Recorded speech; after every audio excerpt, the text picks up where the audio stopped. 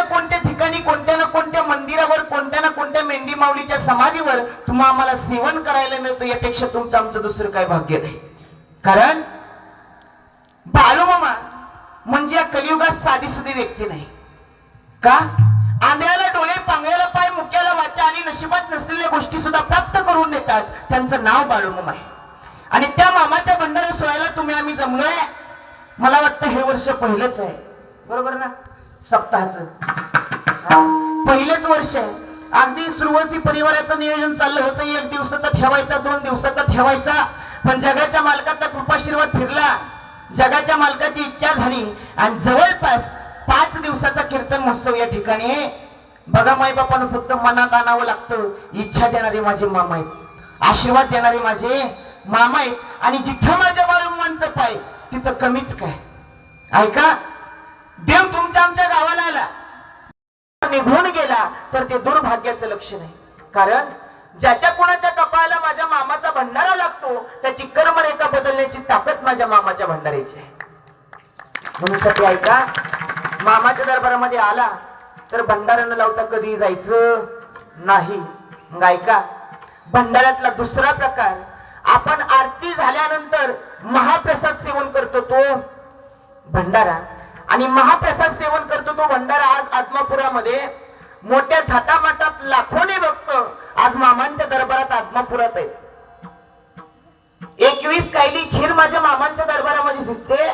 तो प्रसाद भक्त आनंदाने खातात, तो भंडाऱ्यातला महाप्रसाद. दुसरा प्रकार, मग मामाच्या दरबारामध्ये आलं तर मामाचा प्रसाद कधी डावलून जायचं नाही का. लग्न झालेले एक जोडपं मामांच्या दर्शनाला आलं आणि जोडपं दर्शनाला आल्यानंतर मामा म्हणलं, अरे कन्या खा. ते जोडपं म्हणायचं, मामा आम्हाला कन्या नको. अरे कन्या खा रे मामा, कन्या नको. तुला कन्या खा म्हणलं नव, नको मामा कन्या. मग मामा पण विनोदानं काय म्हणले माहितीये का, उनगीच्या तुला कन्याच होतील बघ. 4 वर्ष गेली, 5 वर्ष गेली लग्नाला आणि 6 वर्षानं जोडपं मामांच्या दर्शनाला आलं.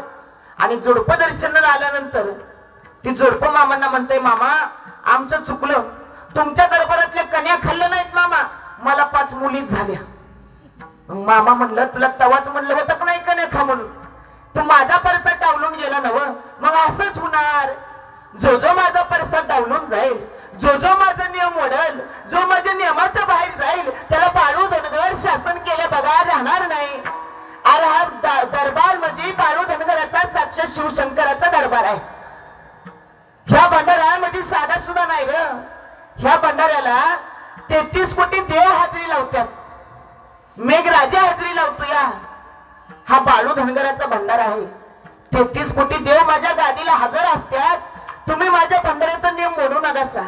माझ्या दरबारामध्ये आला ना, कपाळाला भंडारा लावा, एकदा नाही 4 वेळा पोट भरून जेवा.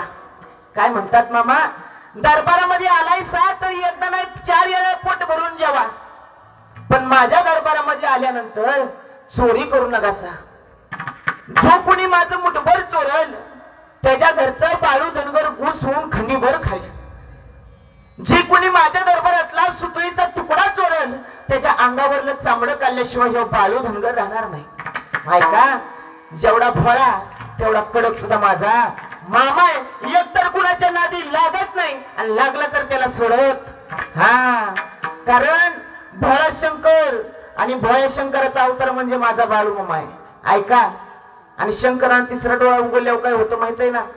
हा ऐका, हा जगाचा मालक, विश्वाचा पालनहारी, या देवाचा जन्म अकोळ गावामध्ये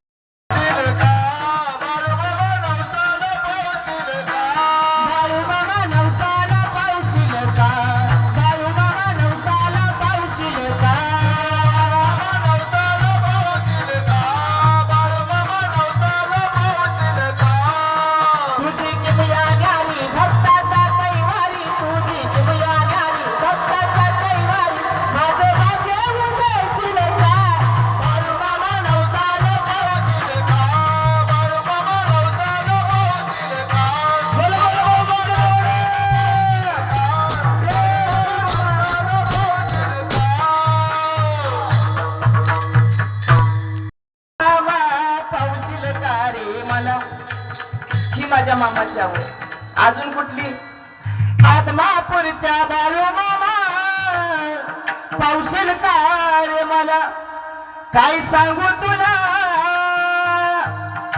कसं होतंय मला एकदा दर्शन दे दत्ताला. ऐकायचंय का तुम्हाला सुमरात ऐकायचंय का?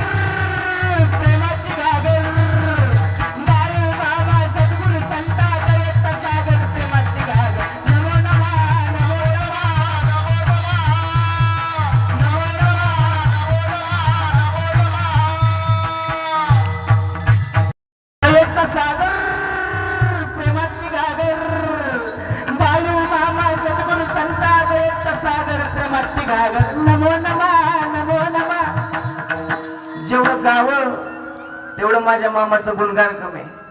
तुम्ही म्हणाल रातभर म्हणत बस. हा इकडे मला घाम फुटायला लागला. तुम्ही काय म्हणू नका, म्हणायचं का नाही? हा एकदा सर्वांनी गोड म्हटलं भजन घ्यायचं. विठोबा रखुमाई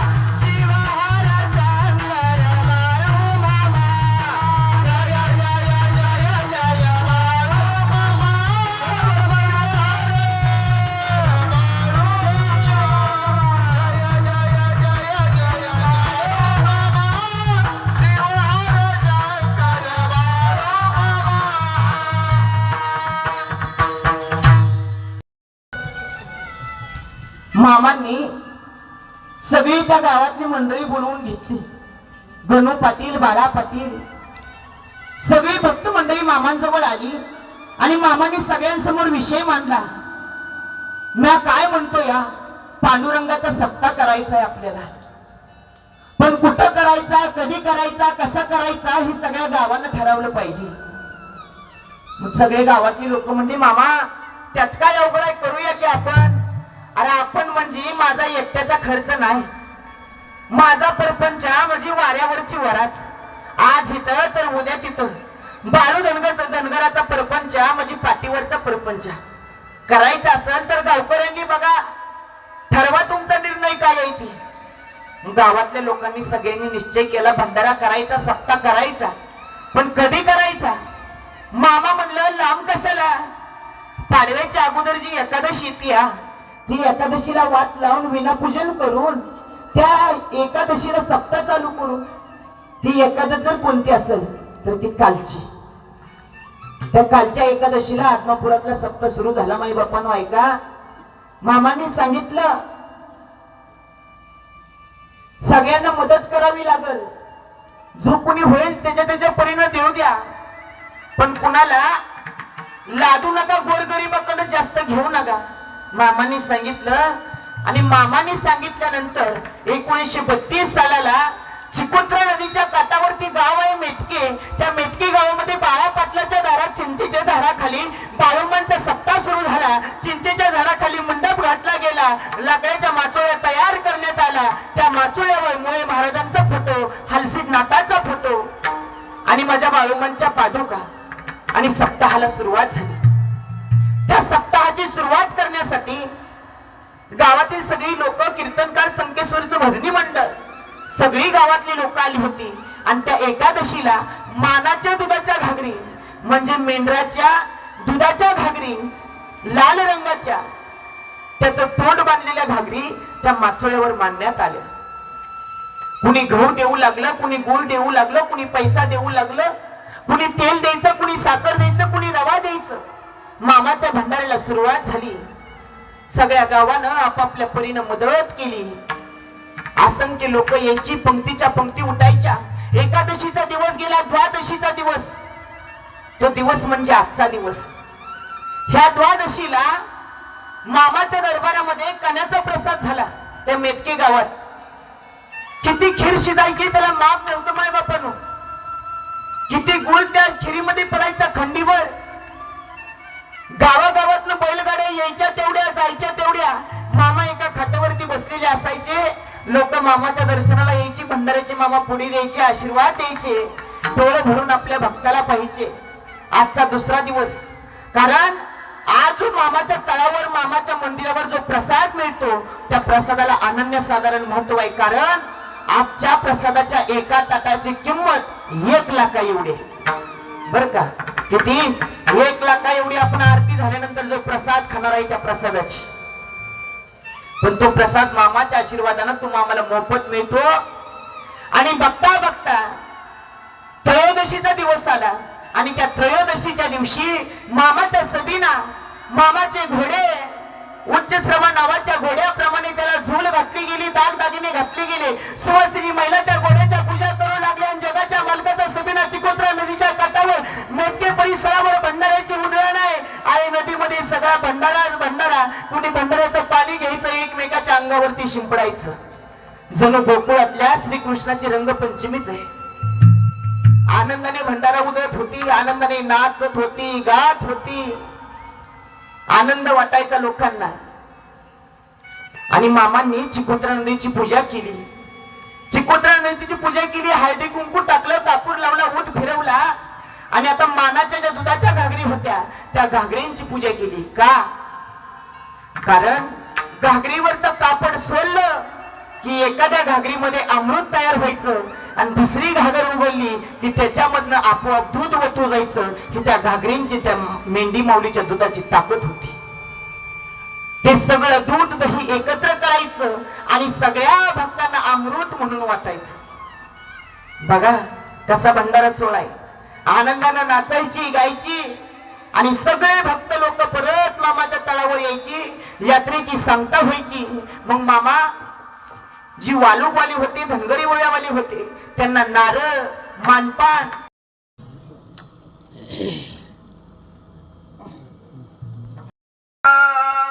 तुका